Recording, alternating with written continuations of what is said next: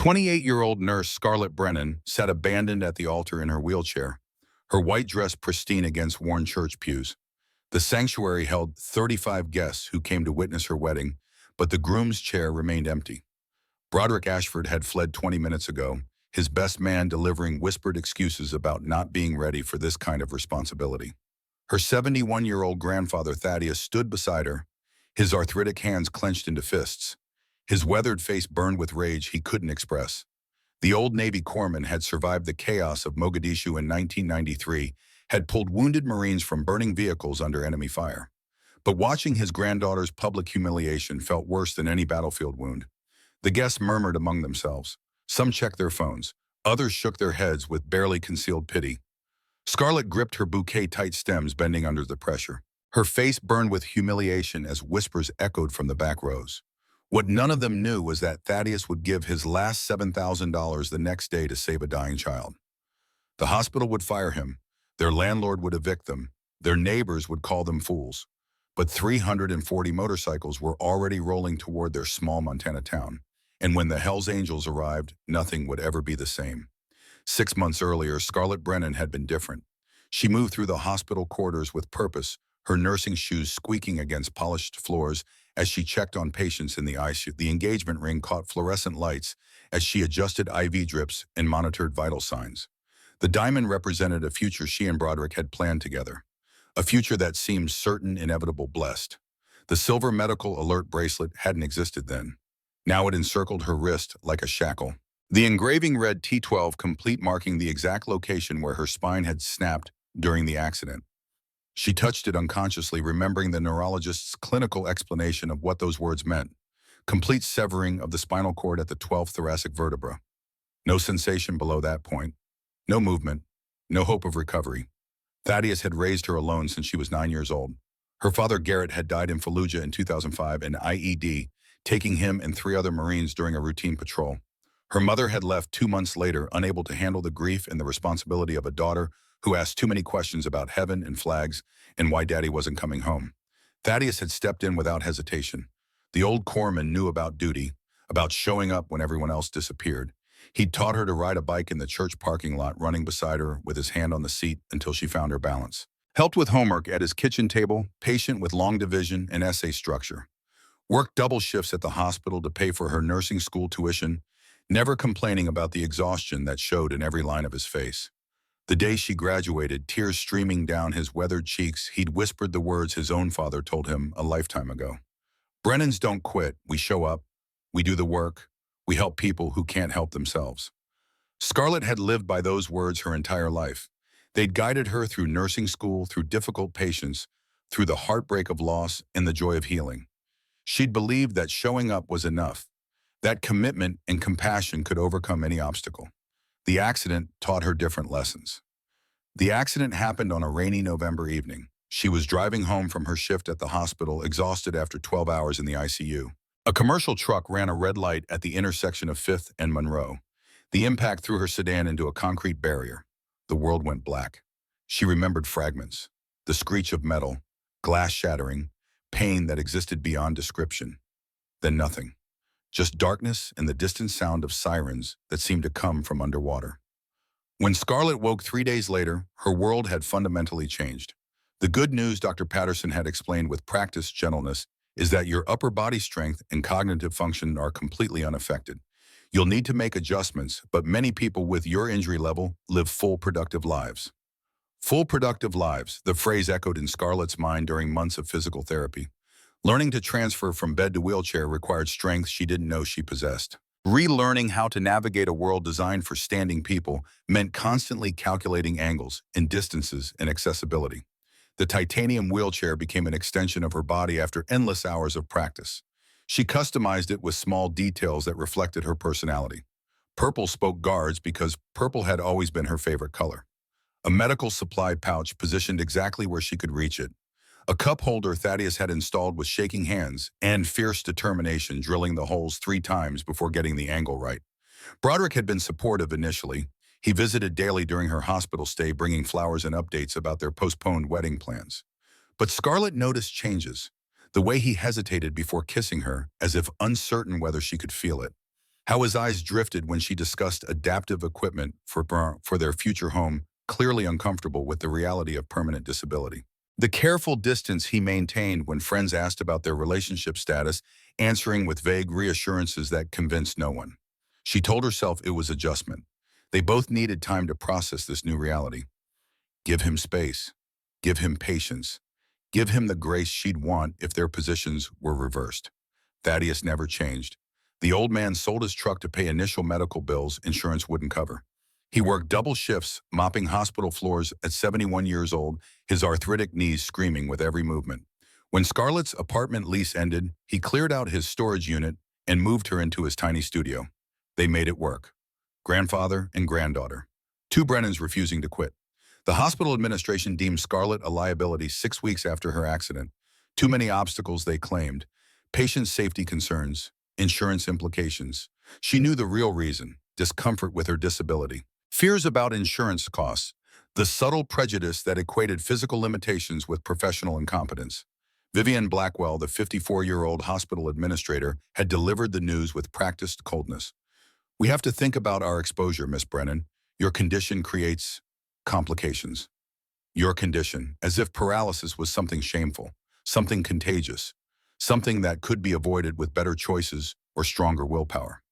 Scarlett had fought to keep her composure as security escorted her from the building, the same building where she'd saved lives, where patients had squeezed her hand and thanked her for her gentle touch during painful procedures, where families had wept in gratitude as she explained treatment plans with patience and clarity, translating medical jargon into hope. None of that mattered now. She was a liability, a complication, your condition. Broderick's proposal to move forward with their wedding had surprised her. She'd expected him to end their relationship, had prepared herself for that conversation during long nights staring at the ceiling. Instead, he suggested a small ceremony, something intimate and practical given their changed circumstances. His phrasing should have warned her.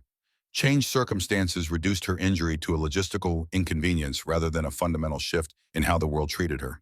But Scarlett had been desperate to prove that her accident hadn't made her less worthy of love, less worthy of the future they'd planned, less worthy of being chosen. The wedding preparations had been modest. Her disability benefits didn't allow for extravagance. Thaddeus's Social Security check and part-time hospital wages barely covered their studio apartment rent and medical supplies. The wedding dress was borrowed from a cousin, altered to accommodate her seated position. The white roses in her bouquet were Thaddeus's choice, flowers that reminded him of his late wife Evelyn and the strength she'd shown during her final battle with cancer. The church sat on the edge of town, a simple white building with a cross silhouetted against gray November skies. 35 guests filled the first 6 pews. Most were Scarlett's nursing school classmates and neighbors from the apartment complex. Broderick's family occupied the right side of the sanctuary, their expensive suits and designer dresses standing in stark contrast to the working-class crowd on Scarlett's side. Thaddeus wore his only suit, 40 years old, purchased for his wife's funeral. The shoulders were tight now, straining against muscle built from decades of manual labor. He'd polished his shoes 3 times that morning, buffing away scuffs until the leather gleamed. His hands trembled as he helped Scarlett with the final touches on her dress. "You look beautiful, sweetheart," he whispered. "Just like your grandmother on our wedding day." Scarlett smiled, but her eyes held uncertainty. The past week had been filled with silences and excuses. Broderick had been distant all week. Phone calls went unreturned. Text messages received one-word replies. When she tried to discuss honeymoon plans, he'd changed the subject to work deadlines and family obligations. Red flags Scarlett desperately wanted to ignore. Senator Donovan Ashford arrived 15 minutes late. Broderick's father swept into the church with an entourage of aides and security personnel. His presence commanded attention. Power radiated from every gesture, every carefully modulated word. He took his seat in the front pew without acknowledging Scarlett or Thaddeus. His phone buzzed throughout the ceremony preparations. Important calls, presumably. More important than his son's wedding to a woman in a wheelchair. Broderick's mother, Patricia Ashford, offered Scarlett a thin smile that never reached her eyes. "This is quaint," she said, surveying the modest church with barely concealed disdain. Her gaze lingered on the simple flower arrangements, the borrowed decorations, the guests in their department store clothing. Vivian Blackwell sat 3 rows back, her presence like a dark omen. The hospital administrator who'd fired Scarlett shouldn't have been there. Broderick must have invited her. Some misguided attempt at professional networking, using his wedding for career advancement. Vivian caught Scarlett's eye and smiled. The expression held no warmth, only satisfied cruelty. Thaddeus noticed everything. The old corpsman had learned to read people during his military service. Combat taught you to recognize threats before they became lethal. The senator's contempt, Patricia's disdain, Vivian's malicious pleasure. Every instinct screamed danger, but Thaddeus kept silent. This was Scarlett's day, her choice. He would support her no matter what doubts gnawed at his gut. The ceremony was supposed to start at 2 o'clock. 2:15 passed. Then 2:30, whispers rippled through the congregation. Where was the groom? Had anyone seen Broderick? The best man, a young lawyer named Connor, kept checking his phone with growing agitation. He disappeared into the back hallway twice, returning with increasingly worried expressions. Scarlett sat at the altar in her wheelchair, bouquet held carefully in both hands. She could feel the stares, the pity, the judgment. Some guests tried to be subtle, glancing away when she looked their direction. Others watched openly, witnessing her humiliation with the fascination people reserve for car accidents and public meltdowns. Pastor Mitchell, who'd known Scarlett since childhood, approached with gentle concern. Perhaps we should wait in the vestry. Give Broderick a few more minutes. But Scarlett shook her head. She would not hide. Would not let these people see her retreat in shame before understanding what was happening. Thaddeus stood beside her wheelchair, one weathered hand resting on her shoulder. Silent support, unconditional presence. At 2:45, Connor finally approached the altar. His face was pale. Sweat beaded on his forehead despite the church's cool temperature. He leaned down to whisper in Scarlett's ear, but Thaddeus heard every word. Scarlett, I'm so sorry. Broderick, he's gone. He left through the bathroom window. He said he can't do this. He's not ready for this kind of responsibility. The words hit like physical blows. Scarlett's face went white, then flushed with humiliation. Tears welled but didn't fall. She'd learned to control her emotions during months of physical therapy, during countless moments when strangers stared at her wheelchair with pity or disgust. But this was different. This was public devastation. Witnessed abandonment. The congregation erupted in whispers. Phones emerged from purses and pockets. Cameras pointed at Scarlett's frozen face. Someone in the back rows laughed. Actually laughed at her pain. Social media posts were already being drafted. Gossip texts flying to friends who hadn't attended. Did you hear? He actually left her at the altar?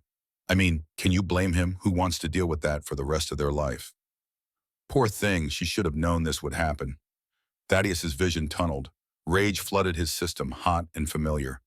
The same fury he'd felt watching Marines die in Mogadishu, watching his son's flag-draped coffin lowered into Montana soil, watching his wife waste away from cancer while insurance companies delayed treatment approvals. But this was worse. This was his granddaughter, his Scarlett, the girl he'd raised, the woman who'd overcome paralysis with grace and determination. And some coward had just destroyed her in front of 35 witnesses. Everyone out, Thaddeus said quietly. His voice cut through the whispers like a blade. Conversations stopped. Heads turned. The old man's face was granite. His eyes held something dangerous. Something that made people remember he'd been a combat medic, that he'd seen things, done things, survived things that would break softer men. I said everyone out now. The congregation scrambled toward exits. Only Senator Ashford remained seated, phone pressed to his ear, conducting business as his son's wedding imploded. Thaddeus ignored him, ignored everyone. He knelt beside Scarlett's wheelchair and took her hands. Where is he? Thaddeus asked quietly. Connor stammered. I don't know. He just said he couldn't. Where is he? The best man broke. Parking lot, his car. Thaddeus stood. Every joint protested. 71 years of hard living and harder work had taken their toll. But rage was an excellent anesthetic. He walked down the aisle with measured steps. Military precision. A man moving toward a target. Broderick Ashford sat in his BMW engine, running phone in his trembling hands. He'd parked in the far corner of the church lot as if distance could protect him from what he'd just done, from who he'd just abandoned. He didn't hear Thaddeus approach until the old man's fist slammed against the driver's window. Broderick jumped, phone clattering to the floorboard. Thaddeus yanked the car door open with strength that surprised them both. He grabbed Broderick's expensive suit jacket and hauled the younger man from the vehicle. Broderick stumbled, catching himself against the car's roof. Look at her, Thaddeus growled. Go back in there and look at what you did. I can't, Broderick said, a voice breaking. I can't do this forever. She'll need constant help. My career, my father's expectations. Your career. Thaddeus's voice dropped to something deadly quiet. Your father's expectations. You don't understand. The responsibility, every day for the rest of my life. I'm 29 years old. I'm supposed to be building my career, traveling, figuring out who I am. Not spending every morning helping someone get dressed. Not canceling plans because curb cuts aren't available. Not explaining to everyone why my wife is in a wheelchair. Thaddeus's hand moved to Broderick's throat. Not squeezing, not yet, just resting there with the promise of violence. My granddaughter saved lives, Thaddeus said. She pulled people back from death. She dedicated her life to helping others. And you abandoned her at the altar because she needs help getting dressed in the morning.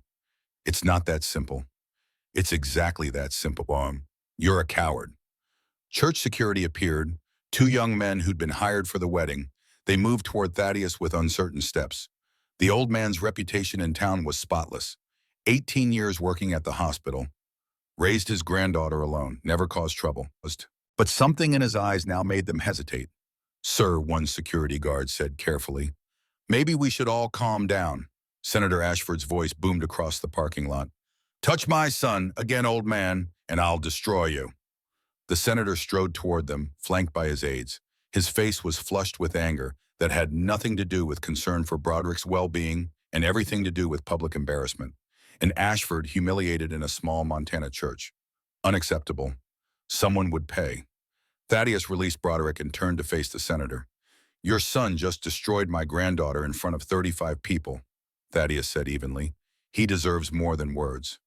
What he deserves, Senator Ashford said coldly, is freedom from a lifetime burden he never asked for. Scarlett's condition creates complications that my son shouldn't have to manage. He has a future, a career, a life that shouldn't be derailed by someone else's misfortune. Scarlett's condition. The same words Vivian Blackwell had used when firing her. The same clinical distance that reduced a human being to a medical diagnosis. A complication to be managed or avoided. Thaddeus took a step toward the senator. Security guards moved between them, but Thaddeus's focus never wavered. He'd faced down enemy combatants in Mogadishu, carried wounded men through streets where every window held potential death. This politician, with his expensive suit and empty threats, was nothing. You stay away from my family, Thaddeus said quietly. Both of you. Senator Ashford smiled. The expression held no humor. Old man, I own half this town, including the building where you and Scarlett rent that sad little studio apartment. I sit on the hospital board where you mop floors for minimum wage. You have no idea how easy it would be to make your life very, very difficult. The threat was clear, explicit, undeniable. Thaddeus held the senator's gaze for a long moment, then turned and walked back toward the church. His hands shook with rage he couldn't express. Violence would only prove them right, would give them ammunition. He'd survived too much to throw his life away on people who weren't worth the consequences. Scarlett sat where he'd left her, alone at the altar, white dress like a ghost's, tears finally falling down her cheeks. The sanctuary was empty now. Even Pastor Mitchell had retreated to give her privacy. Thaddeus wheeled her down the aisle in silence. What words could possibly help? What comfort could erase public humiliation? Outside, November rain had started falling, cold drops that mixed with Scarlett's tears as Thaddeus loaded her wheelchair into the borrowed car. They drove home in silence, past familiar streets, past the hospital where they'd both once worked, past the life they'd built together now crumbling under the weight of other people's cruelty. Monday morning arrived with bureaucratic efficiency. Thaddeus reported for his shift at Montana General Hospital at 6 a.m., just as he had for 18 years. He clocked in, retrieved his cleaning cart from the supply closet, and began his rounds on the third floor. The work was mindless, therapeutic. Mop floors, empty trash, replace paper towels, tasks that let his mind wander while his body moved through familiar routines. At 7:30, his supervisor appeared. Thaddeus, Mrs. Blackwell wants to see you in her office. The walk to administration felt like a funeral march. Thaddeus knew what was coming. Senator Ashford's threat hadn't been empty. The old man had lived long enough to recognize when power moved against him. Rich men didn't make idle promises. Vivian Blackwell sat behind her desk, perfectly composed, not a hair out of place, makeup expertly applied, the picture of professional competence. Mr. Brennan, I'm afraid we have to let you go. No preamble, no false sympathy, just cold efficiency. On what grounds? Thaddeus asked calmly. Violent incident on church property Saturday. You assaulted Broderick Ashford in front of witnesses. I grabbed his jacket. I didn't assault anyone. Senator Ashford has provided security footage that tells a different story. He's also filed a formal complaint. Given your age and the nature of the allegations, we feel it's best to terminate your employment immediately. 18 years, Thaddeus said quietly. 0 incidents, 0 complaints. Perfect attendance. Commendations from 3 different department heads. Times change, Mr. Brennan. So do priorities. Vivian slid termination paperwork across her desk. The senator's influence was evident in every precisely worded clause. No severance package. Healthcare terminated immediately. Pension contributions frozen. 18 years of service erased as if he'd never existed. Security escorted him from the building. The same security guard who'd worked alongside Thaddeus for 5 years wouldn't meet his eyes. Orders were orders. Politics was politics. The old man understood. He'd followed orders that made his stomach turn during his military service. Following orders didn't make you evil, just made you complicit. Scarlett was waiting when he returned to their studio apartment. She'd been crying. The apartment was too small to hide emotional devastation. Evidence of her grief was everywhere. Crumpled tissues, the wedding dress thrown over a chair, her engagement ring on the kitchen counter diamond, catching afternoon light like a shard of broken promises. "I'm so sorry, Grandpa," she whispered. Thaddeus sat beside her wheelchair and took her hands. "Never apologize for what cowards do," he said firmly. But they both knew the truth. This was just the beginning. Tuesday brought an eviction notice. The landlord delivered it personally, clearly uncomfortable with his task. The building was owned by Ashford Properties, a subsidiary of the senator's real estate empire. 30 days to vacate, no explanation required. Montana was an at-will rental state. Landlords could terminate month-to-month leases for any reason or no reason at all. Thaddeus studied the notice with tired eyes. The timing was deliberate, calculated, designed to maximize suffering. "Where will we go?" Scarlett asked. "I'll figure something out." But options were limited. Thaddeus's savings had been depleted by Scarlett's medical expenses. His Social Security check then was $847 a month. Without his hospital income, they couldn't afford first and last month's rent anywhere in town. Homeless shelters existed, but none were wheelchair accessible. Friends and neighbors had their own problems. The Brennans were alone. Wednesday, their health care was terminated. Scarlett's medical supplies cost $400 monthly. Catheters, gloves, medical tape, antibacterial supplies. Insurance had covered 70%. Now they'd cover nothing. Thaddeus stood in the pharmacy staring at price tags that might as well have been prison sentences. Thursday morning brought the final blow. Mrs. Eleanor Sutherland lived 2 doors down from their apartment. A widow in her late 60s raising her 6-year-old grandson after her daughter died in a car accident. Thaddeus had helped her with groceries countless times, fixed her leaking sink, shoveled her walkway during winter storms. Small kindnesses neighbors exchanged without keeping score. At 9 a.m., Eleanor burst from her apartment screaming, "Someone help! Please, my grandson!" Thaddeus was outside immediately. So was Scarlett, wheeling herself through their doorway with practiced speed. Eleanor was hysterical, barely coherent. Her grandson Lucas lay on their living room floor unconscious. High fever, rigid neck, petechial rash spreading across his skin. Scarlett recognized the symptoms instantly. "Bacterial meningitis. Call 911 now." The ambulance arrived within minutes. Paramedics loaded Lucas onto a stretcher and raced toward Montana General Hospital. Eleanor rode with them, clutching her grandson's small hand. Thaddeus and Scarlett followed in a neighbor's car, the old Ford rattling over potholes as they pushed speed limits. The emergency room was chaos. Lucas was rushed into intensive care. Doctors and nurses moved with controlled urgency, Scarlett recognized from her own time working ICU. Bacterial meningitis was a race against time. Minutes mattered. Treatment delays could mean death or permanent disability. Eleanor emerged from the consultation room an hour later, face destroyed by tears. "They need a $7,000 deposit," she said numbly. "For ICU admission. I don't have it. I barely make rent.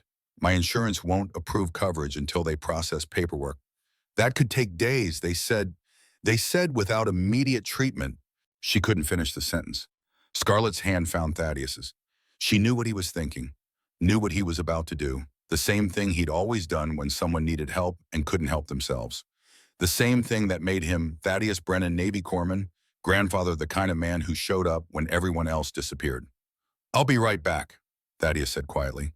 He walked to the hospital parking lot, sat in the borrowed car, pulled an envelope from his jacket pocket. Inside was $7,300. His wife Evelyn's life insurance payout, the money he'd been saving for Scarlett's medical equipment, the custom wheelchair she needed, the adaptive computer setup that would let her work from home, the bathroom modifications that would give her independence. Every dollar represented sacrifice. Planning. Hope for a future where Scarlett could thrive despite her paralysis. Thaddeus stared at the envelope for exactly 30 seconds. Thought about Scarlett, thought about Evelyn, thought about what kind of man he wanted to be when everything else was stripped away. Then he walked back inside and handed it to Eleanor Sutherland. "For Lucas," he said simply. Eleanor's hands shook as she took the money. "I can't. This is too much.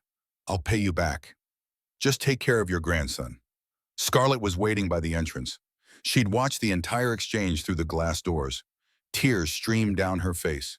Not from sadness, from pride and grief and love for a man who would give everything to save a child he barely knew. A man who embodied principles most people claimed but few practiced. "Grandpa, that was for my equipment," she whispered. "Equipment can wait. That boy can't. But we have nothing now. No job, no savings. How will we—" Thaddeus cupped her face with weathered hands. "Brennans don't quit, sweetheart. We'll figure it out. We always do." Lucas Sutherland would survive. The doctors would later confirm that Thaddeus's $7,000 bought the ICU admission that saved the boy's life. Without immediate treatment, bacterial meningitis would have killed him within hours, or left him with catastrophic brain damage. One life saved, one family whole, one old man with nothing left but his granddaughter and his principles. Friday evening, Thaddeus packed their belongings into garbage bags. Everything they owned fit into 8 bags. Clothes, photographs, his wife's jewelry box, Scarlett's nursing textbooks, his Bronze Star from Mogadishu in a wooden box, a lifetime compressed into plastic and desperation. The eviction deadline was Saturday morning, 12 hours to find somewhere to go, 12 hours to salvage dignity from complete devastation. Neighbors watched from windows and doorways. Some faces showed sympathy, others satisfaction. Mrs. Brennan from the first floor shook her head with practiced judgment. "Foolish old man, giving away money like that when they're being evicted. Some people never learn." Her voice carried through the apartment complex parking lot. Meant to be heard, meant to wound. Thaddeus ignored her, focused on the work. Load garbage bags into the borrowed car. Make sure Scarlett had her medical supplies. Check that her wheelchair was secure. Practical tasks that kept despair at manageable levels. Vivienne Blackwell drove past at 6 p.m. Her luxury sedan slowed as it passed the apartment complex. She looked directly at Thaddeus loading garbage bags, smiled and waved. The gesture was mockery, pure malicious pleasure at watching an old man humiliated. Proof that Senator Ashford's promises had been kept. The old man and his disabled granddaughter were being crushed exactly as threatened. Thaddeus's hands clenched, then relaxed. Violence wouldn't help, rage wouldn't solve anything. He returned to packing. Scarlett sat in her wheelchair on the sidewalk, silent tears falling. She'd stopped trying to help, stopped suggesting solutions. There were no solutions, no family to call, no friends with space for a 71-year-old man and his paralyzed granddaughter. No shelters equipped for wheelchairs. No money for deposits or first month's rent. They were out of options. As sunset painted Montana skies orange and purple, Thaddeus sat beside Scarlett's wheelchair on the curb. 8 garbage bags contained their entire world. A borrowed car, their only transportation. $17 in his wallet. Social Security check, not due for another week. "Where will we sleep tonight, Grandpa?" Scarlett asked quietly. "The church might let us use their basement, just for a few nights until I figure something out." "And then what?" Thaddeus had no answer. For the first time in his 71 years, he'd run out of solutions, out of strength, out of hope. Mogadishu hadn't broken him. His son's death hadn't broken him. His wife's cancer hadn't broken him. But watching his granddaughter's future destroyed by cowards and bureaucrats had finally found the limits of his endurance. "I'm so sorry, Scarlett," he whispered. She took his weathered hand. "You have nothing to apologize for. You're the only person who never gave up on me." They sat in silence as darkness fell. Neighbors returned to their apartments. Lights winked on in windows. Families gathering for dinner. Children laughing. Normal lives continuing while the Brennans faced homelessness on a cold November evening. The temperature dropped as night deepened. Thaddeus was reaching for his jacket when he heard it. Distant, barely audible, a low rumble like thunder. But the sky was clear. No storm clouds, no weather that would explain the sound growing steadily louder. The rumble became a growl. The growl became a roar. Scarlett looked up. Is that motorcycles? The sound grew until it overwhelmed everything else. Engines, dozens of them, maybe hundreds. The bass vibration rattled windows, set off car alarms. Neighbors emerged from apartments, confused and frightened. The noise approached from the east from the highway leading into town. Then they appeared on the horizon. Headlights, hundreds of them, arranged in perfect V formation. Chrome-catching streetlights, leather and steel and American flags. The motorcycles filled the street leading to the apartment complex, their engines synchronized like military aircraft. 340 Harley-Davidsons. They rolled into the parking lot with parade precision, forming concentric circles around where Thaddeus and Scarlett sat on the curb. The engines cut simultaneously. Perfect silence fell like a curtain. 340 riders dismounted, leather jackets, patches, beards and scars and faces marked by hard living. Some wore military insignias, Purple Hearts, Bronze Stars, unit patches from Iraq and Afghanistan and Somalia and Desert Storm. These weren't criminals. These were warriors. An older man walked through the ranks, tall, silver beard, face lined by 69 years of living and fighting and surviving. His leather jacket bore patches from the Battle of Mogadishu, Marine Corps insignia, Hell's Angels colors. The name on his vest read Rourke. He stopped 3 feet from Scarlett's wheelchair. His eyes met hers, then Thaddeus's. Recognition and memory and promises made 3 decades ago in African streets while bullets flew and young men died. Colton Cole Rourke had found his corpsman. Miss Brennan, Cole said, his voice carrying across the silent parking lot. Your grandfather saved my life 30 years ago. We heard what happened. We're here to fix it. Thaddeus stared at the patches on the man's jacket. Mogadishu, Marine Force Recon. The face was older, weathered by 30 years, but recognition hit like a physical blow. Rourke Lance Corporal Rourke. Colonel now, retired. But yeah, Doc, it's really me. 340 motorcycles, 340 warriors, 340 people who understood that some debts transcend time and distance and the limitations of normal civilian life. The Hells Angels had arrived, and nothing would ever be the same. The silence after 340 engines cut was absolute. Neighbors stood frozen in doorways and windows, phones pressed to their ears calling 911. Children peeked from behind their parents' legs. Mrs. Brennan from the first floor had her hand over her mouth, eyes wide with something between terror and fascination. The apartment complex parking lot had transformed into something from a movie, leather and chrome and steel. American flags rippling in the evening breeze, POWMIA banners, Marine Corps emblems, Navy anchors, Army stars. These weren't the criminal bikers from news reports and television dramas. These were warriors who'd traded military uniforms for leather jackets, but never stopped serving. Colton Rourke stood before Scarlett's wheelchair with the bearing of a man who'd commanded Marines in combat. 6'3", shoulders broad despite 69 years, silver beard neatly trimmed, eyes that had seen death and destruction but still held capacity for kindness. His leather jacket bore patches that told stories. Battle of Mogadishu 1993, Marine Force Recon, Purple Heart, Bronze Star with Valor device. Behind him, 339 other riders stood in formation, silent, disciplined, waiting. Scarlett looked up at Cole with confusion and wonder warring on her face. She'd never met this man, had no idea why hundreds of motorcycles had surrounded her grandfather's eviction. But something in Cole's expression suggested this moment had been inevitable. That forces set in motion 30 years ago had finally converged on this Montana parking lot. I don't understand, Scarlett said quietly. Cole knelt beside her wheelchair. The movement was practiced, respectful. He'd clearly spent time around people with disabilities, knew how to meet someone at eye level without making it condescending. His weathered hands rested on his knees as he looked directly into Scarlett's eyes. Mogadishu, October 1993, Cole said. I was a 38-year-old Marine Scout sniper. Already had 2 tours under my belt. Should have known better. Got separated from my unit during the battle. Somali militia hit me twice. Once in the leg, once in the shoulder.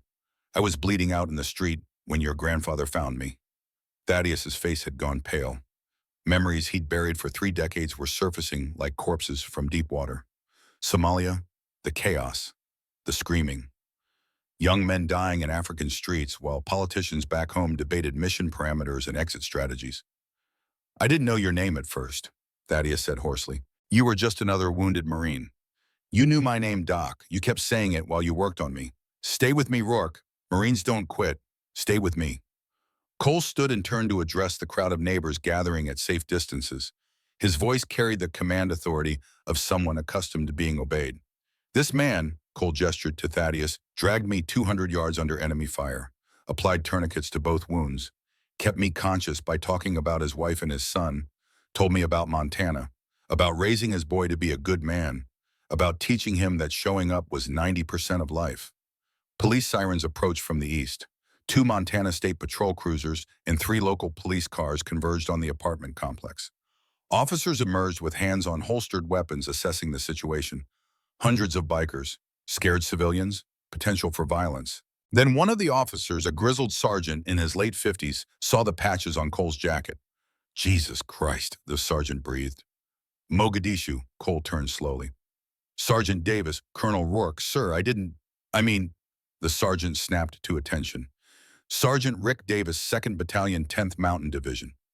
We pulled security during the extraction. I remember you, sir.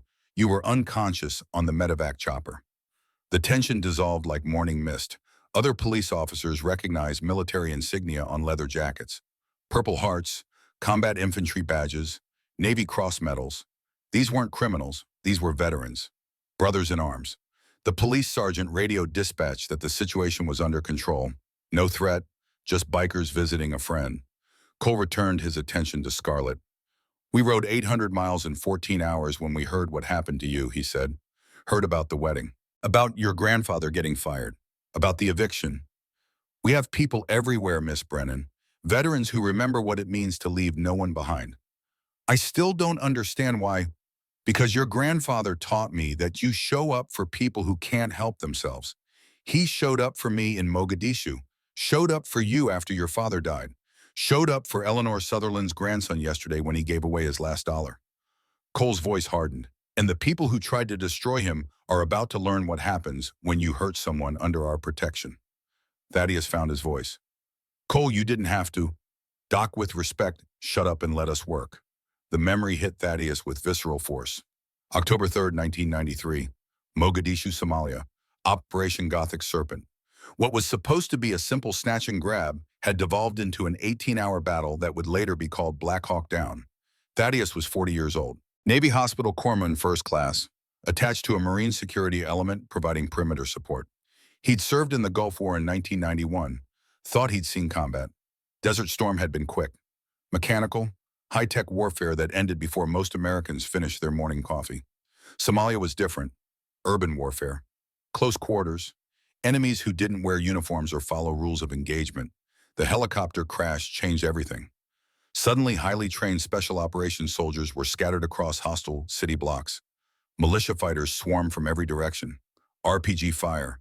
Automatic weapons. The kind of chaos that separated professionals from everyone else. Thaddeus had been moving between wounded when he heard the call. Horman sniper down. We need a corpsman. He'd run toward the sound. Stupid. Reckless. The intersection was exposed. 3 directions offered militia fighters clear lines of fire.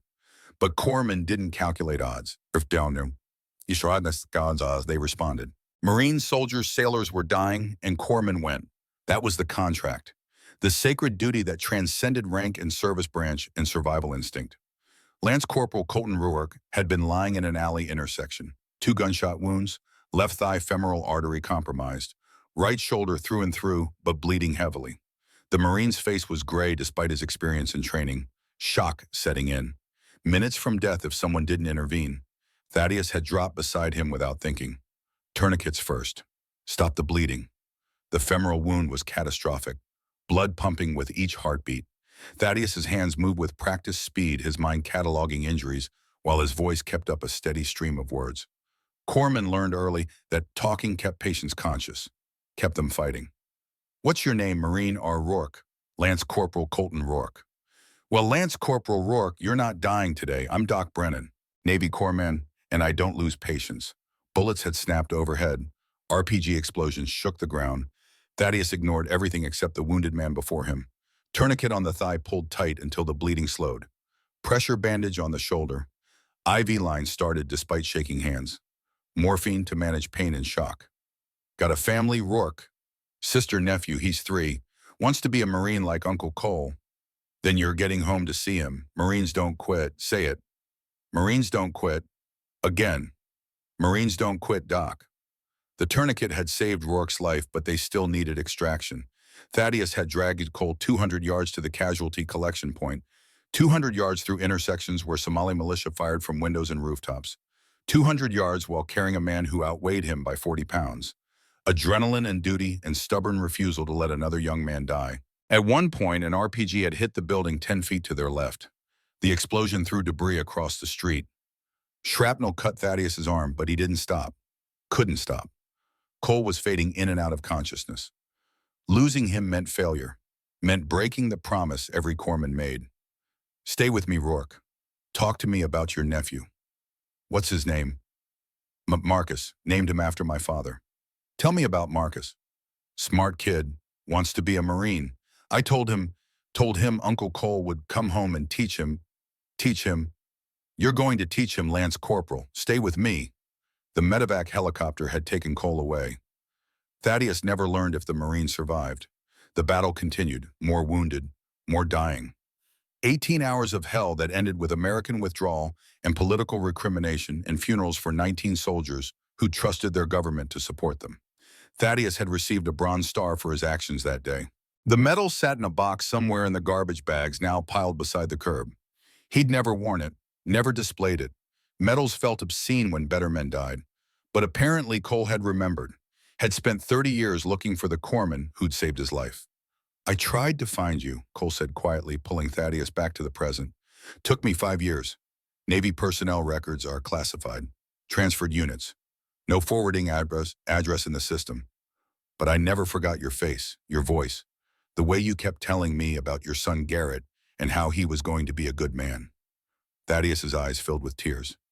Garrett died in Fallujah, 2005. IED. Cole's expression cracked. I know, Doc. I know. That's part of why we're here. One of the bikers stepped forward, carrying a folding table and projector. Within minutes, they'd set up a makeshift presentation area in the parking lot. Neighbors who'd been hiding ventured closer, curiosity overcoming fear. The police sergeant helped direct traffic, ensuring civilians stayed safe while getting clear views. A woman in her mid-40s wearing a leather jacket over business casual clothing stepped to the front. Her patches identified her as the Foundation's legal director, former Army JAG officer, Rhodes Scholar, someone who'd traded military law for veteran advocacy. My name is Colonel Amanda Wright, retired, she said. Her voice carried authority without aggression. I'm the legal director for Warriors Legacy Foundation. We're a 501c3 nonprofit organization established in 2000. Our mission is simple. We find good people destroyed by bad systems, and we fix the destruction. The projector flickered to life. Statistics appeared on the white sheet they had hung from the apartment building wall. Numbers that told stories of desperation and salvation. Warriors Legacy Foundation, 24 years of service, 8 million in aid distributed, 600 families helped, 580 veterans, housed 280 homes saved from foreclosure, 210 college scholarships awarded. We started, Colonel Wright continued, because our president's daughter died of leukemia at age 7. Insurance denied coverage. Treatment cost $400,000. By the time Cole and his wife sold their house, their cars, everything they owned, it was too late. His daughter died while insurance executives debated cost-benefit ratios. Cole's face remained impassive, but pain flickered in his eyes. That's when Cole made a promise. He swore that no good person would ever suffer alone again. Not while he was breathing. Not while his brothers and sisters in the veteran community could help. So we built something, a network of warriors who remember what service means. The projector cycled through photographs, families in new homes, veterans receiving prosthetics, children on college campuses, elderly couples keeping houses they'd lived in for 50 years. Each image represented a life salvaged from the wreckage of American healthcare and economic systems that chewed up vulnerable people and spit out statistics. We're funded, Wright said, entirely by veterans and veteran-owned businesses. Zero government money, zero corporate donors. Just people who served, who understand sacrifice, who refuse to let brothers and sisters fall through the cracks. Mrs. Sutherland emerged from the crowd. She was crying. Lucas, her 6-year-old grandson, held her hand. The boy who'd been dying of bacterial meningitis 24 hours ago now looked healthy, alert, alive because Thaddeus had given $7,000 he couldn't afford to lose. Miss Brennan, Eleanor Sutherland said, her voice breaking. Scarlett, I need to tell you something. Scarlett turned her wheelchair to face the older woman. The money your grandfather gave me yesterday, Eleanor continued. I didn't know where it came from. Didn't know it was his last dollar, but I called the hospital billing department this morning to set up payments. They told me something strange. They said my grandson's entire bill was paid. All of it. $73,000 for ICU care. Eleanor looked at Cole. You did that. The foundation did that, Cole corrected. When we heard what Thaddeus did giving his last $7,000 to save your grandson, we paid the rest. Lucas's treatment is covered. You owe nothing. Eleanor collapsed to her knees, sobbing. The emotional dam broke. Mr. Whitmore stepped forward next. He was a veteran himself. Army Infantry Desert Storm era. He'd lived in the apartment complex for 12 years. Kept to himself mostly. Thaddeus had helped him carry groceries a few times. They'd shared brief conversations about the weather and the declining state of the world. Nothing deep, nothing that suggested connection. I owe you an apology, Whitmore said to Thaddeus. A big one. For what? 2 years ago, my wife needed dialysis. Kidney failure. Our insurance covered 70%, but the co-pays were $22,000 a year. We were going bankrupt. I was going to pull her off treatment. Let her die because we couldn't afford to keep her alive. Whitmore's voice shook. Someone paid the bills, all of them. Anonymous donor the dialysis center said, 2 years of treatment, $44,000. I had no idea it was this foundation. No idea you were connected to the people who saved my wife's life. He turned to the gathered neighbors, and I watched them pack garbage bags tonight.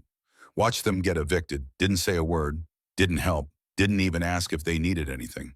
Shame twisted Whitmore's weathered face. I'm sorry, he said directly to Thaddeus and Scarlett. You saved my wife, and I repaid you by doing nothing when you needed help. A younger woman pushed through the crowd. 38 years old, 2 small children clinging to her legs. She looked familiar, but Scarlett couldn't place her immediately. Then recognition hit. The woman had lived in the complex 3 years ago. Scarlett had helped her once with a medical question about her twins. My babies were born at 26 weeks, the woman said. Premature, they spent 3 months in NICU. The bills were $80,000. My insurance capped at $50,000. I was facing bankruptcy, losing my apartment, losing everything. She looked at Cole. Warriors Legacy Foundation paid the difference, $30,000. Kept my family whole, and I moved away without ever knowing who helped us. Without saying thank you. She turned to Scarlett. You answered my questions when I was scared, explained what the doctors meant, held my hand in the hospital hallway. And tonight I drove past here on my way home from work. Saw the eviction. Saw you sitting on that curb, and I almost kept driving, almost pretended I didn't see. Tears streamed down her face. Thank you for helping my babies. I'm sorry I almost abandoned you. The confessions continued, each one adding weight to the moment. An elderly widow stepped forward trembling. House fire 18 months ago. Everything gone. No insurance because I couldn't afford it on Social Security. Warriors Legacy Foundation rebuilt my home. $17,000 in construction costs. I didn't know who to thank. Didn't know it was connected to you, Thaddeus. A veteran missing his left leg moved to the front. Afghanistan IED 2011. VA waitlist for prosthetics stretched 3 years. 3 years waiting to walk. The foundation paid for immediate fitting. Medical care. Job placement. $28,000 total. I can walk, I can work, I can live because of these people. A young single mother, barely 25. 3 children. Eviction notice when I lost my job. The foundation paid rent for 6 months while I completed medical assistant training, found me employment, gave my family stability when I thought we'd end up on the street. A middle-aged man with burn scars on his hands. Kitchen fire at my restaurant. Lost everything. Insurance company fought the claim. Foundation paid for medical treatment and business loan to rebuild. $15,000, that saved my life's work. And teenage girl, maybe 17. My mom got deported. I was going to drop out of school to work. Foundation scholarship let me graduate. Now I'm in college studying to be a social worker, going to help families like mine. One by one, 12 neighbors stepped forward. Each had been helped by Warriors Legacy Foundation. Each had received thousands in aid during their darkest moments. Each had seen Thaddeus and Scarlett facing eviction and homelessness and done nothing. Guilt and shame and gratitude collided as the apartment complex transformed into confession booth. Cole let them speak without interruption. This was necessary, not just for Thaddeus and Scarlett, but for the community. People needed to witness the consequences of apathy, needed to understand that good people suffering while others watched was a choice, an active decision to turn away. Mrs. Brennan from the first floor stood at the back of the crowd.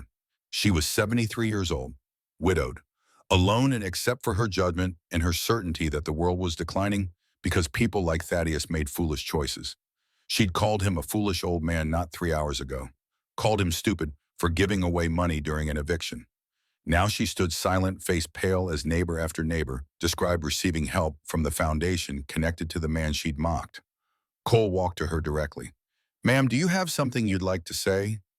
Mrs. Brennan's mouth opened, closed, opened again. I didn't know." "Ignorance," Cole said quietly, "is different from cruelty. But silence when good people suffer is its own kind of violence." The old woman's face crumpled. She walked to Scarlett's wheelchair and knelt with difficulty. Arthritic knees protesting, pride swallowed. "I'm sorry," she whispered. "I judged you, both of you, called you foolish. I was wrong." Scarlett took the old woman's weathered hands. "We all make mistakes," Scarlett said gently. "What matters is what we do after." The apartment complex parking lot had become something sacred, a space where shame and grace collided, where people confronted their failures and chose differently, where community remembered it was supposed to mean something more than geographic proximity. Police Sergeant Davis wiped his eyes. Even hardened cops weren't immune to mass catharsis. Cole asked Scarlett and Thaddeus to follow him away from the crowd. They moved to the edge of the parking lot where 3 senior members of the Warriors Legacy Foundation waited. All were veterans. All bore scars visible and invisible from service that had marked them permanently. Cole pulled a photograph from his jacket. The image was old, faded, taken in Iraq 2005. It showed a young Marine in combat gear, face covered in dust and determination. He was pulling another Marine to safety while explosions bloomed in the background. The photo had clearly been captured by an embedded journalist, the kind of image that appeared in newspapers and won awards. Scarlett's hand flew to her mouth. "That's my father. That's Garrett." "That's your father saving my nephew," Cole said quietly. "My sister's only son. Marcus enlisted at 19, followed his uncle into the Marines, got deployed to Fallujah in 2005. This photo was taken during the second battle. Your father pulled Marcus out of a burning Humvee after an IED hit their convoy."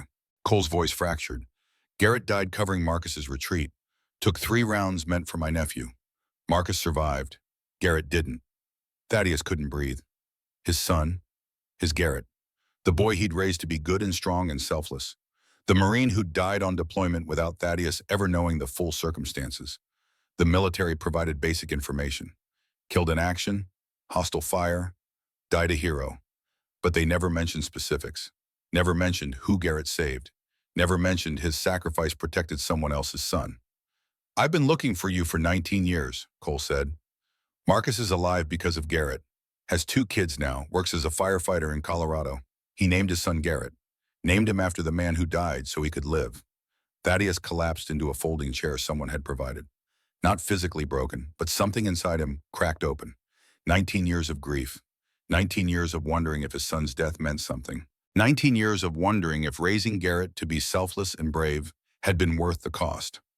"Your son saved my blood," Cole said, "and you saved my life. The debt I owe your family can't be calculated, can't be repaid, but I can damn sure try." Scarlett was sobbing, tears falling freely as she stared at the photograph of her father, the man she barely remembered. She'd been 9 when he deployed, 9 when the Marines came to the door with flags and condolences, 9 when her world shattered and her grandfather stepped in to pick up the pieces. "He was a hero," Scarlett whispered. "He was his father's son," Cole said, looking at Thaddeus. "Raised by a man who taught him that showing up for people who can't help themselves is the whole point of living.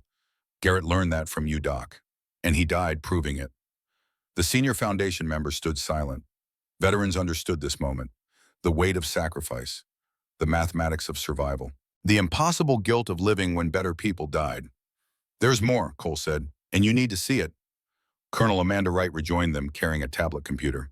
"We started investigating the moment we heard about your eviction," she said. "The foundation employs former military intelligence analysts, FBI agents, people with skills and connections.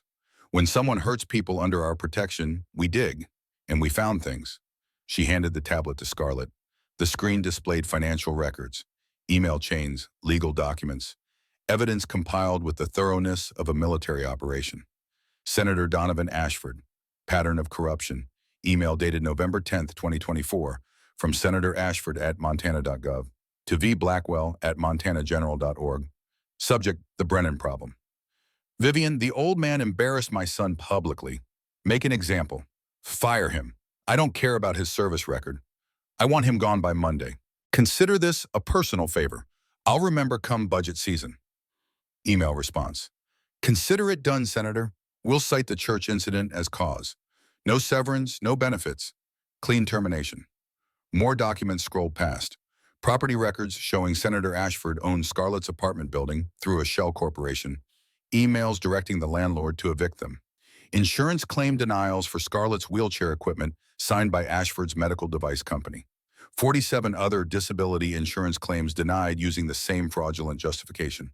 Medical device kickback payments totaling $420,000. Campaign finance violations. Medicaid fraud. A pattern of corruption spanning 12 years, all documented, all provable, all waiting for someone with the resources and determination to expose it. "How did you get this?" Scarlett asked. Wright smiled coldly.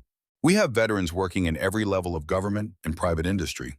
People who remember what service means. When we make a call, information flows. And Senator Ashford made one critical mistake." "What mistake?" "He hurt someone under our protection. Someone connected to a man who saved our president's life, who raised a son that saved our president's nephew. That made this personal." Thaddeus looked at Cole. "What are you going to do?" "We're going to destroy him," Cole said flatly. "Legally, publicly, completely. We're going to make sure everyone knows what he did to you and Scarlett, and we're going to make sure he never hurts another veteran or their family again." Sunday morning arrived with unprecedented media attention. Warriors Legacy Foundation had spent Saturday night coordinating. Phone calls to journalists, press releases sent to major networks, social media campaigns launched by 3,000 veteran accounts simultaneously. By sunrise, our justice for Scarlett was trending nationally. The press conference location was deliberate. Montana State Capitol steps. Senator Ashford's territory. His seat of power. Now it would become the site of his public destruction. News vans lined the streets, CNN, Fox, MSNBC, local affiliates, print journalists, photographers. The story had everything. Disabled nurse abandoned at altar, corrupt senator, elderly veteran evicted for helping dying child, motorcycle club swooping in for justice. 340 Harleys formed a backdrop.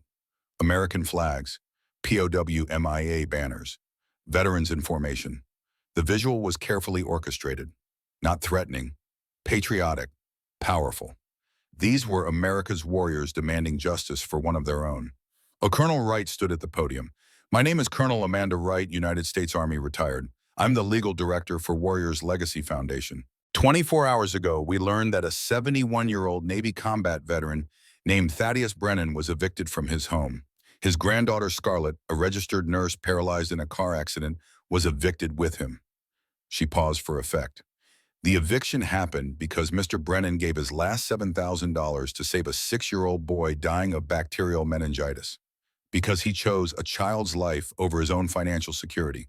And because that act of selfless compassion embarrassed powerful people who decided to punish him." The projector screen behind her flickered to life. Senator Ashford's emails appeared, enlarged, impossible to misread. Journalist cameras clicked frantically. The evidence was damning, explicit, undeniable. Senator Donovan Ashford, Wright continued, used his political influence to have Mr. Brennan fired from his hospital job of 18 years, used his real estate holdings to evict them, used his medical device company to fraudulently deny disability insurance claims for Miss Brennan's wheelchair equipment. More documents flashed across the screen. But it gets worse. Our investigation uncovered 47 other disability insurance claims fraudulently denied by the senator's company. 47 disabled veterans and civilians who were told their wheelchairs, prosthetics, and adaptive equipment weren't medically necessary. The senator's company saved $2.3 million by denying those claims. Gasps rippled through the press corps. We also uncovered $420,000 in illegal kickback payments from medical device manufacturers, campaign finance violations totaling $160,000, and Medicaid fraud affecting 312 families. Wright stepped back from the podium. Cole stepped forward.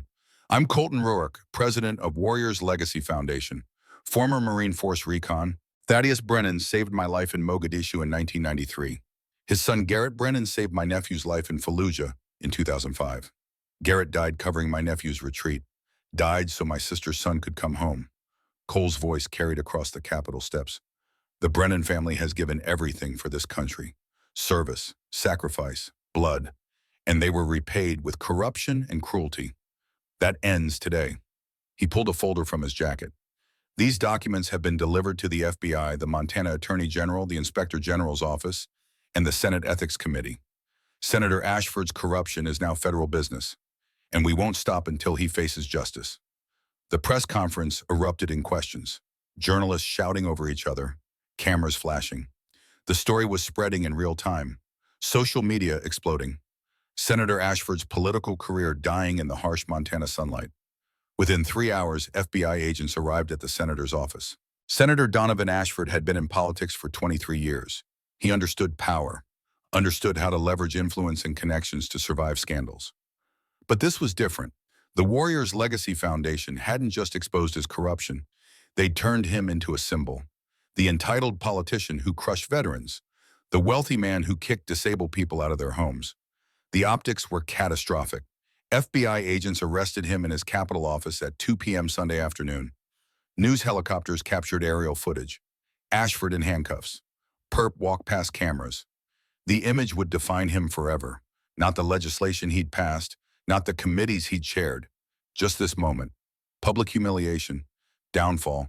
The charges were extensive. Wire fraud, insurance fraud, Medicaid fraud, bribery, campaign finance violations, abuse of power. The Justice Department filed a 47-count indictment, each count carrying potential prison time. Broderick watched his father's arrest on television from his apartment. The young man who'd abandoned Scarlett at the altar now faced his own reckoning. His father's corruption investigation would inevitably expand to family members. Broderick's role in the medical device company would be scrutinized, his finances examined, his future destroyed by association. He poured himself a third bourbon at 11 a.m., stared at his phone, Scarlett's number still saved. He'd drafted and deleted a dozen apology texts over the past 2 days. What could he possibly say? How could words undo what he'd done? The news showed footage of Scarlett testifying at the press conference. She looked stronger than when he'd known her, more confident, like abandoning her had removed weight rather than adding it. Broderick realized with crushing clarity that she was better off without him, that his cowardice had inadvertently freed her to become someone he could never have supported her in being. Monday morning, Montana General Hospital convened an emergency board meeting. Vivian Blackwell arrived confident. She'd survived administration changes before, knew how to deflect blame and protect herself. But the Warriors Legacy Foundation had provided the board with documentation. Emails proving Vivian fired Thaddeus at the senator's direction. Proof she violated hospital policy for political favor. The vote was 9-0. Ms. Blackwell, your employment is terminated effective immediately. Security will escort you from the building. The same security guard who'd escorted Thaddeus out Friday now stood beside Vivian. The symmetry was poetic. Justice delivered by the man she'd forced to humiliate a decorated veteran. This is ridiculous, Vivian sputtered. I have a contract. I have rights.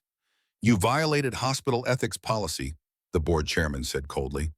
You terminated an 18-year employee without cause at a politician's direction. You exposed this institution to liability and reputational damage. You're done.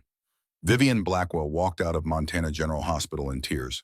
Her career in healthcare administration was finished. The scandal would follow her forever. No hospital would hire someone who'd fired a combat veteran to curry political favor. She'd destroyed herself pursuing power and influence. By Monday evening, the story had reached national saturation. Every major network covered it. Opinion columnists wrote pieces about veteran care and disability rights. Social media activists organized protests demanding accountability. The Warriors Legacy Foundation's phone rang constantly. Donations pouring in, volunteers signing up, other veterans coming forward with stories of abuse by systems that should have protected them. Scarlett and Thaddeus watched the news from a hotel room. The foundation had paid for a suite, comfortable beds, room service, dignity after days of sleeping on friends' couches and facing homelessness. They sat side by side, scrolling through news coverage of their story. It doesn't feel real, Scarlett said quietly. Thaddeus took her hand. None of this feels real. A knock at the door interrupted them. Cole entered, carrying a folder thick with documents. His expression was serious but not grim. The look of a man who'd completed a mission and was ready to brief the results. "We need to talk about what comes next," he said, and Scarlett understood that their lives were about to change again. Cole spread the documents across the hotel room table. 3 manila folders, each one representing a different future. Different possibilities for Scarlett and Thaddeus.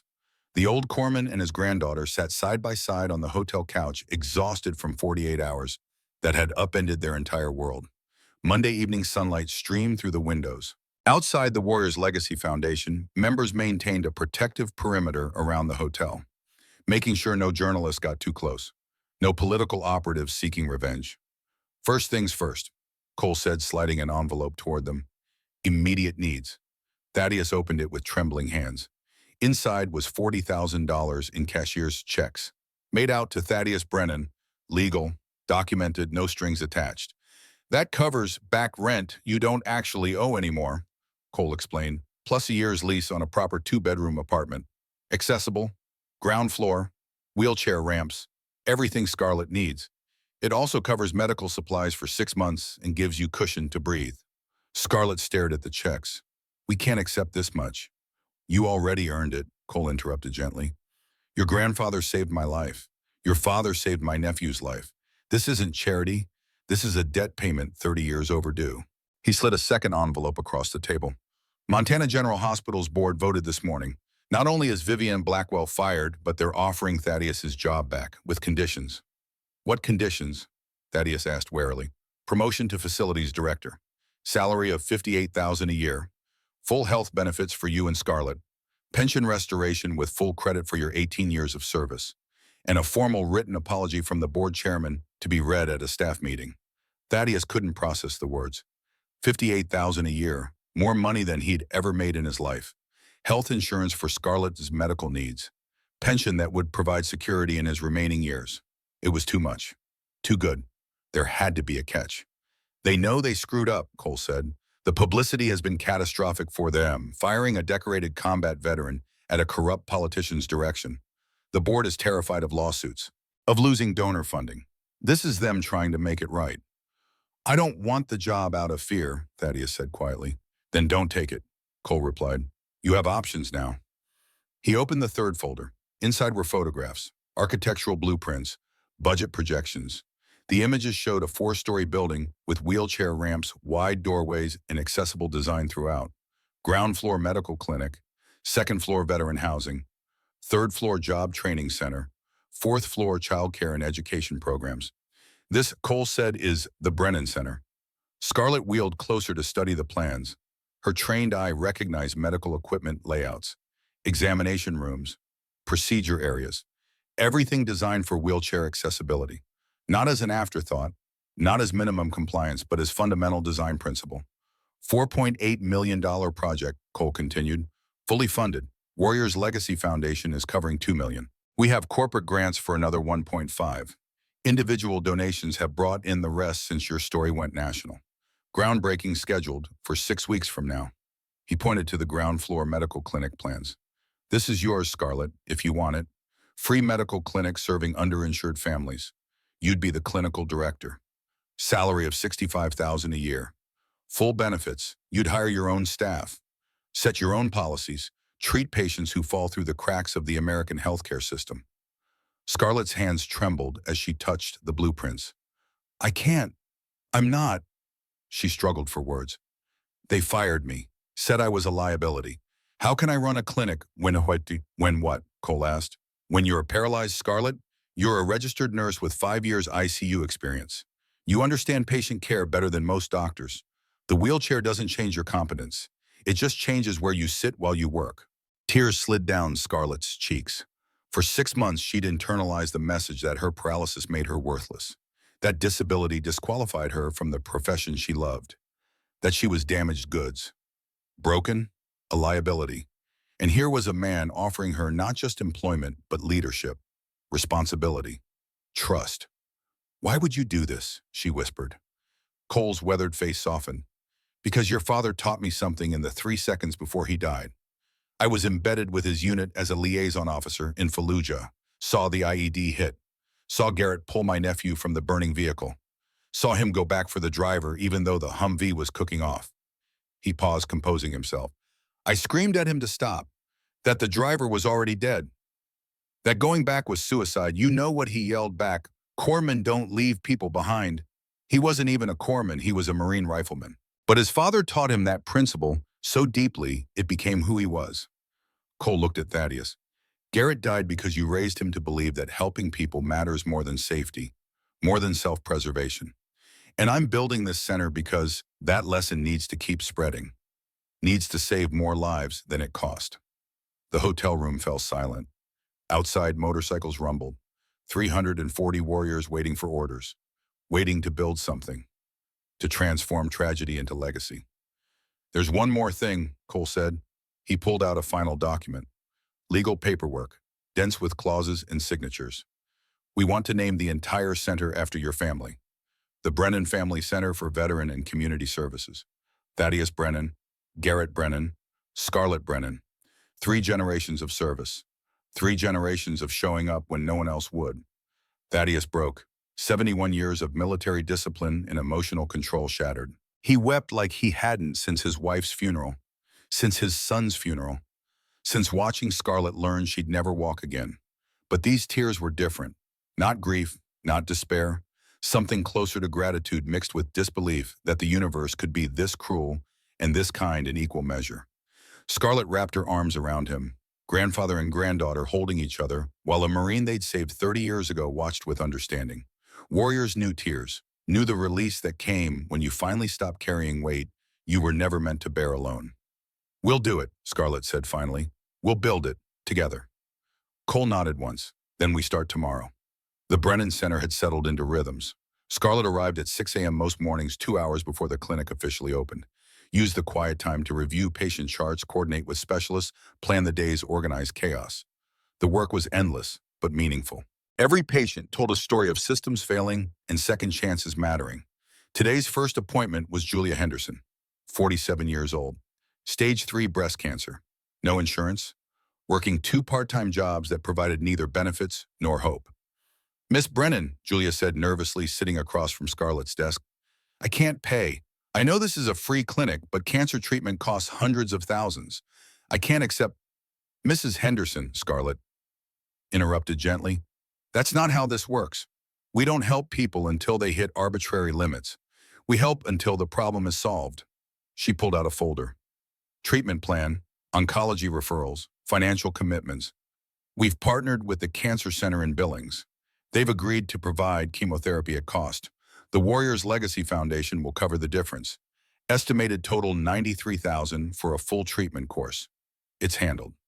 Julia Henderson broke down, sobbed into her hands while Scarlett wheeled around the desk and simply sat with her. Sometimes presence was the only medicine that mattered. Sometimes knowing you weren't alone was the difference between fighting and surrendering. "Why, Bisa?" Julia managed through tears. "Why would strangers do this?" Scarlett smiled, the same smile her grandfather had given her 1,000 times.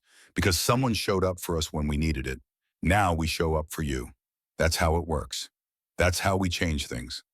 Later that afternoon, Scarlett's phone buzzed. Text from Thaddeus. "Board meeting today. They're trying to cut janitor positions. Heading in now." Scarlett knew what that meant. Her grandfather preparing for another fight. Another line he wouldn't let them cross. Thaddeus stood in Montana General Hospital's boardroom. 7 board members, hospital CEO, legal counsel. They'd called this meeting to discuss facility improvements. But Thaddeus knew the real agenda: budget cuts, staff reductions, the eternal corporate dance of doing less with less while calling it efficiency. "We're proposing it," the CEO said carefully, "reducing janitorial staff by 30%, outsourcing to a contractor. Significant cost savings." Thaddeus had prepared for this. Those janitors, he said quietly, are the people who kept this hospital clean during COVID when everyone else was terrified, who worked double shifts when we were short-staffed, who make $11 an hour and can't afford the health care they help provide. Mr. Brennan, the CEO interrupted, we appreciate your perspective, but I'm not finished. The room fell silent. Thaddeus pulled out his phone, showed them the screen. A news article from 5 months ago. Navy veteran evicted after saving dying child. The story that had gone viral, that had destroyed a senator and a hospital administrator. You know what this taught me? Thaddeus asked. That institutions will always choose money over people unless someone makes them choose differently. That systems don't change because administrators suddenly grow hearts. They change because public pressure forces change. He stood slowly, arthritic knees protesting. If you cut those jobs, I'll make sure every news outlet in Montana knows. I'll make sure every person who donated to the Brennan Center knows that this hospital is still choosing profit over people. I'll make sure your reputation takes the same hit Vivian Blackwell's did. The CEO's face flushed. That's blackmail. No, Thaddeus corrected. That's accountability. You can choose to do the right thing now, or you can choose to do it later after public humiliation. Either way, those workers keep their jobs. The board voted 7-0. Keep the janitors. Find cuts elsewhere. Thaddeus walked out knowing he'd just burned political capital, knowing he'd made enemies, knowing he didn't care because some fights were worth fighting even when you couldn't win them all. Outside, his phone buzzed. Text from Cole. Heard about the board meeting. Nicely done, Doc. That's how you show up. January 15th arrived with crystalline winter sunlight. The Brennan Center gleamed against snow-covered mountains, 4 stories of brick and glass.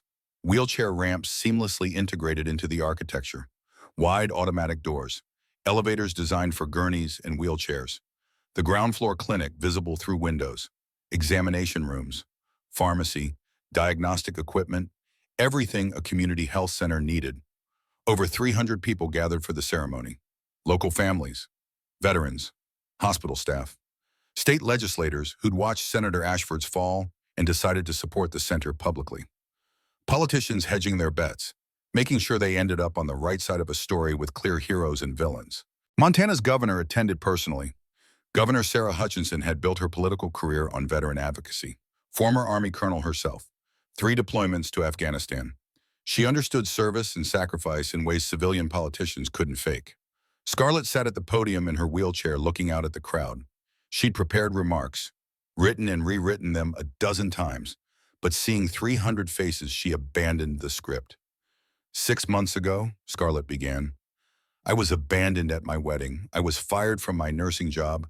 I was evicted from my apartment. I thought my life was over. Her voice carried across the parking lot where speakers had been set up. My grandfather gave away his last dollar to save a dying child. And the powerful people in this state tried to destroy us for it, tried to make an example of what happens when you choose compassion over self-interest. She paused, making eye contact with Governor Hutchinson. But they failed, because 340 veterans rode 800 miles to say that cruelty doesn't get the last word, that good people aren't disposable, that service and sacrifice still matter in this country. Applause rippled through the crowd. This center isn't just a building, it's a promise. A promise that no veteran will face homelessness because we'll provide housing, that no family will choose between medicine and rent because we'll provide health care, that no child will miss opportunities because we'll provide education and childcare. Scarlett's eyes found Thaddeus in the front row. My grandfather taught me that showing up is 90% of life, that you help people who can't help themselves, that Brennans don't quit. This center is that principle made permanent, made structural, made unstoppable. She gestured to Cole and the assembled Warriors Legacy Foundation members. These warriors showed up when we had nothing. Now we're showing up for everyone else who needs someone to give a damn. The applause was thunderous. Governor Hutchinson approached the podium as Scarlett finished. The governor carried a leather portfolio, but set it aside temporarily. Before I sign the legislation we're here to celebrate, the governor said, Colonel Rourke has asked for a few minutes. Something the Brennan family needs to see. Cole gestured to someone in the crowd. A man stepped forward, mid-40s, strong build, firefighter's uniform. He carried a young boy, maybe 6 years old, on his shoulders. The resemblance to Cole was striking. Same jawline, same intense eyes. Scarlett Thaddeus, Cole said formally. I'd like you to meet my nephew Marcus and his son. Marcus set the boy down and approached Thaddeus with military precision. Then he did something unexpected. He saluted. Senior Chief Petty Officer Marcus Rourke, United States Marine Corps, retired, he said. Corporal Garrett Brennan saved my life in Fallujah, November 2005. I owe everything to your son, sir. Thaddeus couldn't speak. This was real. The man his son had died protecting, standing here, alive, thriving. Proof that Garrett's sacrifice had meaning beyond flags and condolences and a folded triangle of fabric. This is my son, Marcus continued, lifting the boy again. His name is Garrett Marcus Rourke, named after the man who gave me a future, gave me the chance to be a father. The 6-year-old waved shyly at Scarlett. Your daddy was a hero. Scarlett managed, tears streaming. The best kind. Marcus pulled out a photograph, worn, carried for 19 years. The image showed 2 young Marines in Fallujah, dusty, exhausted, arms around each other's shoulders, brothers in arms. That's your dad and me 3 days before he died, Marcus said, handing the photo to Scarlett. He was telling me about you, about his daughter who wanted to be a nurse, about how proud he was that you were going to help people. Scarlett held the photograph like it was made of glass. He saw this future, Marcus continued, saw you becoming someone who'd save lives like he did, like your grandfather did. The Brennan legacy of showing up when no one else would. Young Garrett tugged his father's sleeve. Daddy, can I give them the thing? Marcus nodded. The boy pulled a small wooden box from his jacket pocket, hand-carved, clearly made with care. He presented it to Thaddeus with both hands. This was Corporal Brennan's, Marcus explained, his Purple Heart. The Marines gave it to me after he died covering my retreat. They said next of kin couldn't be located. They gave it to the man he saved instead. He opened the box. Inside lay the medal, purple heart-shaped, George Washington's profile. The ribbon's purple and white edges faded but intact. This belongs with you, Marcus said quietly. I've kept it safe for 19 years. Carried it through 2 more deployments. Through firefighting training, through my wedding, through my son's birth. It's been my reminder that life is a gift someone paid for, that I have to earn it every day. Thaddeus took the box with shaking hands, his son's Purple Heart, the medal Garrett had earned with blood and sacrifice, the recognition that had been missing from the military's sparse notification of his death. Thank you, Thaddeus whispered, for honoring him, for living well. Marcus saluted again. Thank you for raising him to be the kind of man who'd die for a stranger. That's the real legacy, sir, not the medal, the values. The crowd had fallen silent. 300 people watching 3 generations of sacrifice acknowledge each other, watching proof that individual acts of courage rippled forward through decades. That one Marine's split-second decision to cover a retreat had given the world a firefighter, a father, a son named Garrett, who would grow up knowing his namesake's story. Cole stepped forward and placed his hand on Marcus's shoulder. My nephew lives because of your son, he said to Thaddeus. My great-nephew exists because of your son. And every fire Marcus puts out, every life he saves, every value he teaches young Garrett, all of it traces back to Corporal Garrett Brennan's choice in Fallujah. He gestured to the Brennan Center behind them. This building, these services, the 3,600 families we've helped, all of it exists because your family taught us what service means. Taught us that showing up costs something, but not showing up costs everything. Thaddeus clutched the Purple Heart box to his chest. 19 years of grief, 19 years of wondering if his son's death meant something, 19 years of missing the boy he'd raised. And here was the answer, living, breathing, teaching the next generation. Cole gestured to the front row of chairs set up for the ceremony. One chair sat empty, draped with an American flag. On the seat, a photograph of Corporal Garrett Brennan in dress blues, his Purple Heart in its wooden box, a pair of combat boots, dog tags hanging from the chair back. We leave a chair, Cole explained to the crowd, for those who can't be here, for those who paid the ultimate price, for Corporal Garrett Brennan and every warrior who gave everything so the rest of us could keep serving. The Warriors Legacy Foundation members, all 340, stood at attention, saluted the empty chair, held the salute for a full minute while bagpipes played Amazing Grace. The sound carried across the parking lot, across the town, a lament for sacrifice and celebration of legacy. When the music ended, Thaddeus approached the empty chair. He placed his hand on his son's photograph. I'm proud of you, Garrett, he whispered. Proud of who you were. Proud of what you built without ever knowing it. Rest easy, son. We'll take it from here. Scarlett wheeled beside him. Together they saluted the empty chair. Grandfather and daughter honoring the man who connected them across life and death. The man whose sacrifice had given meaning to their survival. Governor Hutchinson returned to the podium visibly moved. She opened the leather portfolio. Inside was a document that would make history. Miss Brennan, Governor Hutchinson said formally, Montana has failed too many people like you. Disabled workers fired for political convenience. Veterans abandoned by systems that should protect them. Good people crushed by corruption. She lifted the document. Today I'm signing into law Senate Bill 247, also known as Scarlett's Law. This legislation provides the following protections. One, workers cannot be terminated for providing emergency medical assistance or humanitarian aid.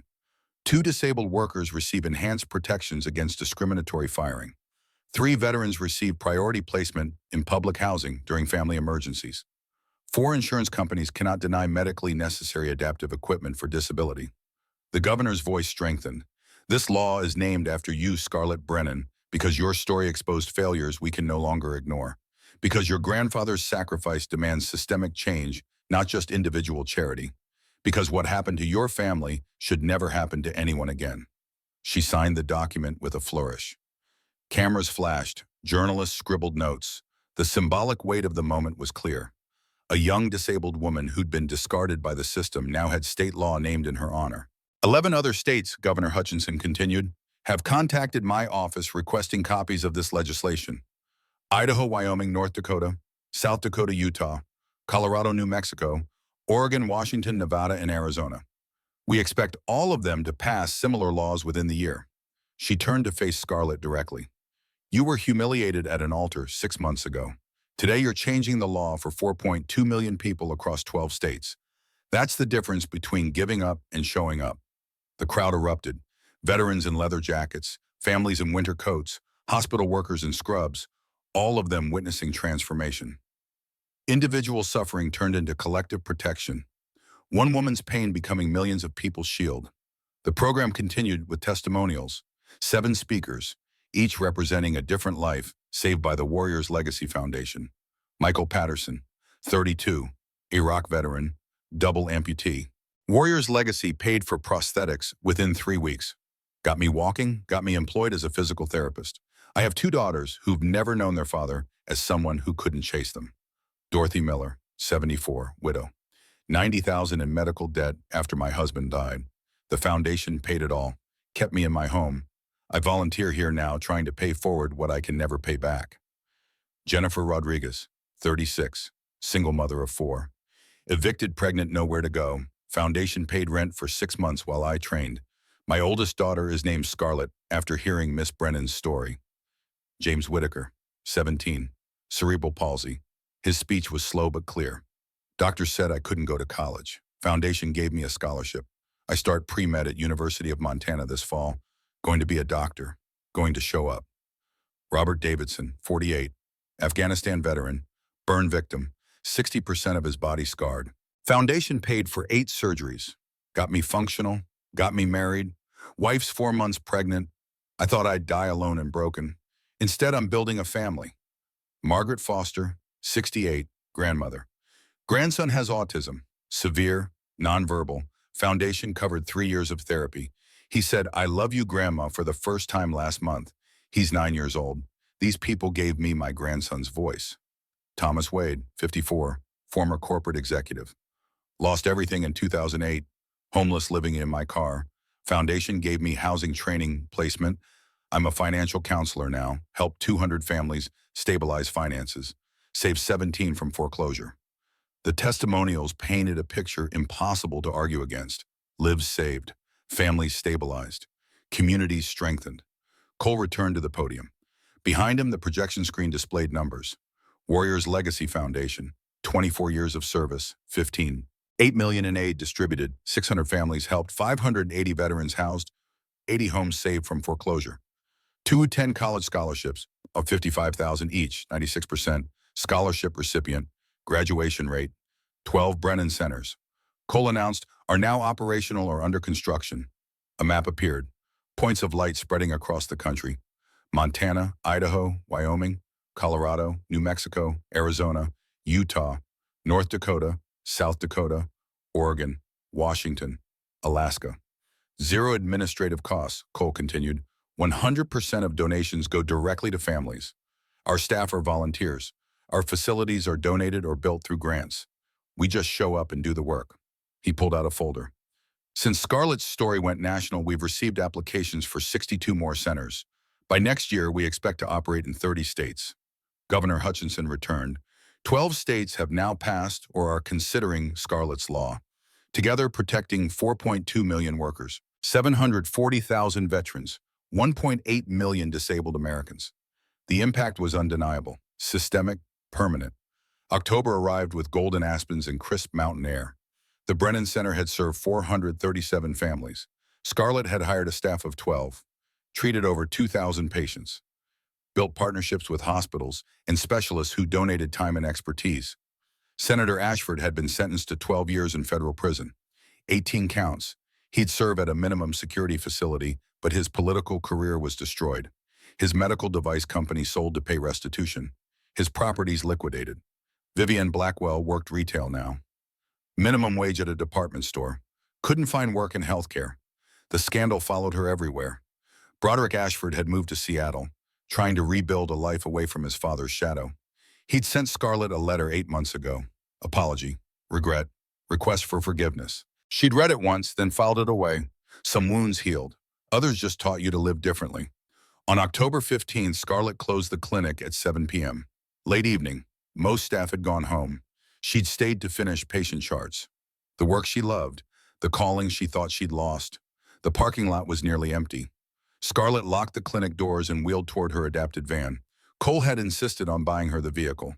Full hand controls, wheelchair lift, independence. That's when she saw the woman. 42 years old, sitting in a broken-down sedan, 2 children sleeping in the back seat. 3rd trimester pregnant, car hood up, engine smoking. The woman was crying, phone pressed to her ear. Scarlett wheeled closer. "Excuse me, are you okay?" The woman jumped, wiped her eyes. We're fine, just car trouble." But Scarlett recognized desperation, the same look she'd seen on her own face 9 months ago. "Where are you heading?" Scarlett asked gently. "Nowhere, everywhere. We got evicted this morning. I have 3 kids and nowhere to take them. My sister was going to let us stay with her in Billings, but now the car's dead and I don't have money for a tow truck or repairs or—" The woman broke down completely. Scarlett pulled a card from her wheelchair bag. Warriors Legacy Foundation, Emergency Services, Housing, Healthcare, Hope. Call 24/7 1-800-WARRIOR. "Take this," Scarlett said, handing the card to the woman. "Call that number tonight. Tell them Scarlett Brennan sent you. They'll find you housing, get your car fixed, help you get back on your feet." The woman stared at the card like it was a hallucination. "I don't understand. Why would you help me? You don't even know me." Scarlett smiled, the same smile her grandfather had given her 1,000 times. "My grandfather taught me something. He taught me that showing up is 90% of life, that you help people who can't help themselves, that someone has to give a damn." She pulled 5 $20 bills from her wallet, everything she had. "This is for tonight, food for your kids, gas for wherever you're going. When you're back on your feet, when things are stable, you help the next person. That's how this works. That's how we change things." The woman clutched the money and the card. "I won't forget this," she whispered. "I promise. I'll help someone else. I'll pay it forward." "I know you will," Scarlett said. "That's why I'm helping you." She wheeled back to her van, left the woman crying in the parking lot. Not from despair now, from hope. Scarlett drove home through October darkness. The same streets where she'd been evicted 9 months ago. But everything was different now. She wasn't homeless, wasn't desperate, wasn't broken. She was whole. Her phone buzzed at a stoplight. Text from Cole. "Just got a call from a woman you helped in the clinic parking lot.